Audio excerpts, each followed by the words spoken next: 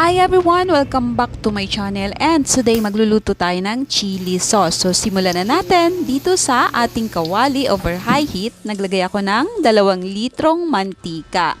Pwede po tayo magdagdag ng 1 litrong mantika para sa lulutuin nating kalahating kilo ng sili at kalahating kilo ng bawang. Dahil minsan ang ibang customer, chili oil lang ang gamit nila dahil yun lang ang gusto nila. So ayan, kahit hindi pa mainit itong ating mantika, ay inilagay ko na kaagad itong chili at garlic. At idinagdagan ko siya ng 1/4 kilo na dried chili flakes para dumami naman itong ating gagawing chili sauce.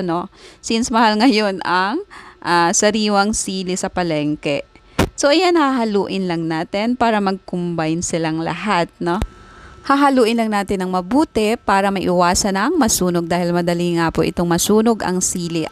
And of course, kailangan natin mag-ingat sa talsik ng mantika at baka tayo ang maluto. So once ang chili and garlic naging slightly brown, mag-a-add tayo ng mga secret pampalasa dito sa ating chili sauce, no? Katulad ng oyster sauce o kaya hoisin sauce o kaya chili bean paste o kaya sriracha. So ayan, kailangan nyo pong subukan ang mga binanggit ko para sa magiging flavor ng inyong chili sauce. Huwag tayo matakot sumubok ng mga bagong ingredients dahil part ito ng experiment natin para ma-develop natin at makuha natin ang gusto nating lasa. At this point, nakapaglagay na ako dito ng oyster sauce. Pasensya na at hindi na-capture ng ating camera, no? So ayan, kung napansin nyo ang texture niya ay medyo lumapot na. And of course, nadagdagan na po yun ng flavor dahil nakapaglagay na tayo ng oyster sauce. So tuloy-tuloy lang sa paghalo para maiwasan itong masunog. So ayan, medyo matagal ang paghahalo dito para makuha ang perfect texture, kaya be patient. Ika nga nila, may tamang oras sa lahat na bagay, kaya be patient. Para makuha natin ang tamang texture at ang tamang lasa, no? Syempre hindi lang sa paggawa ng chili sauce, kundi sa lahat na aspeto ng ating buhay.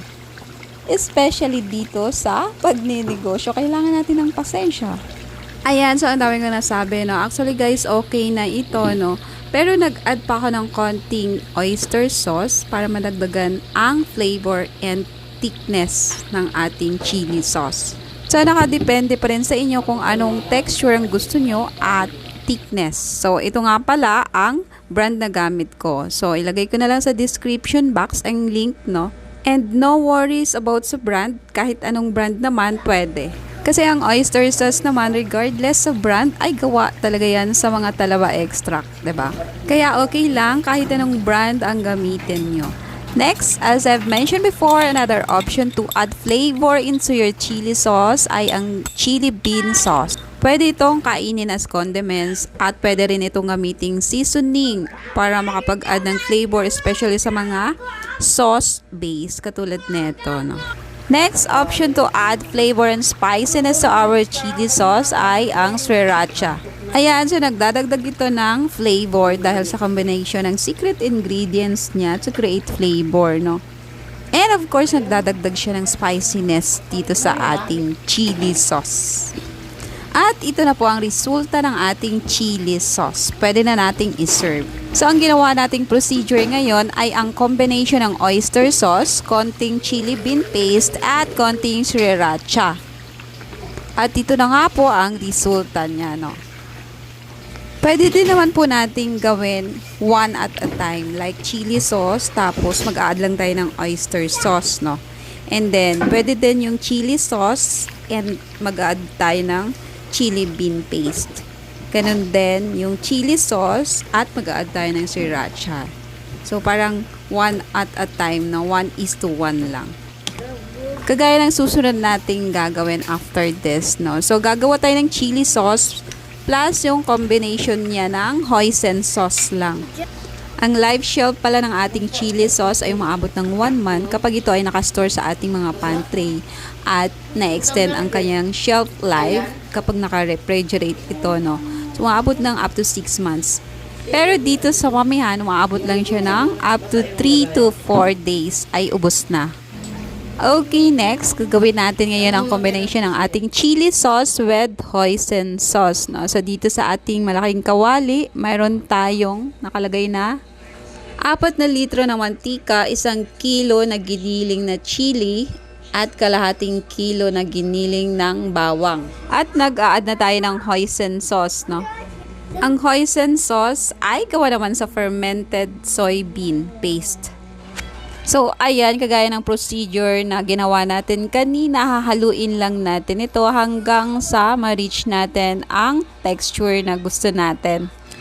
Regarding naman kung saan nabibili ang hoisin sauce, link will be posted na lang sa description box.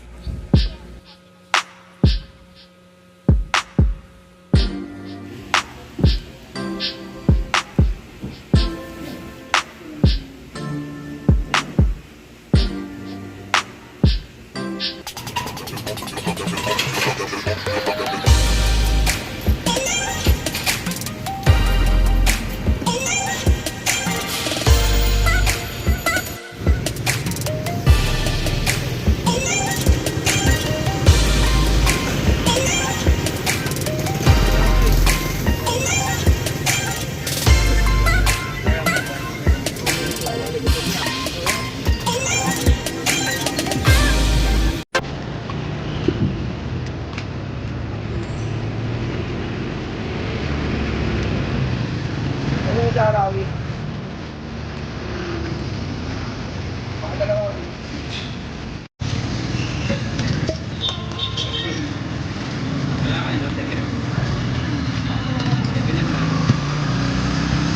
Payat na.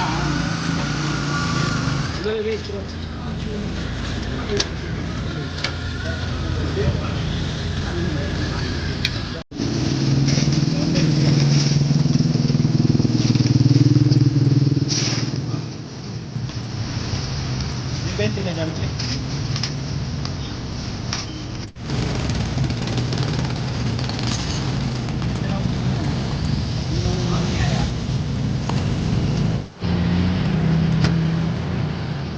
Hindi.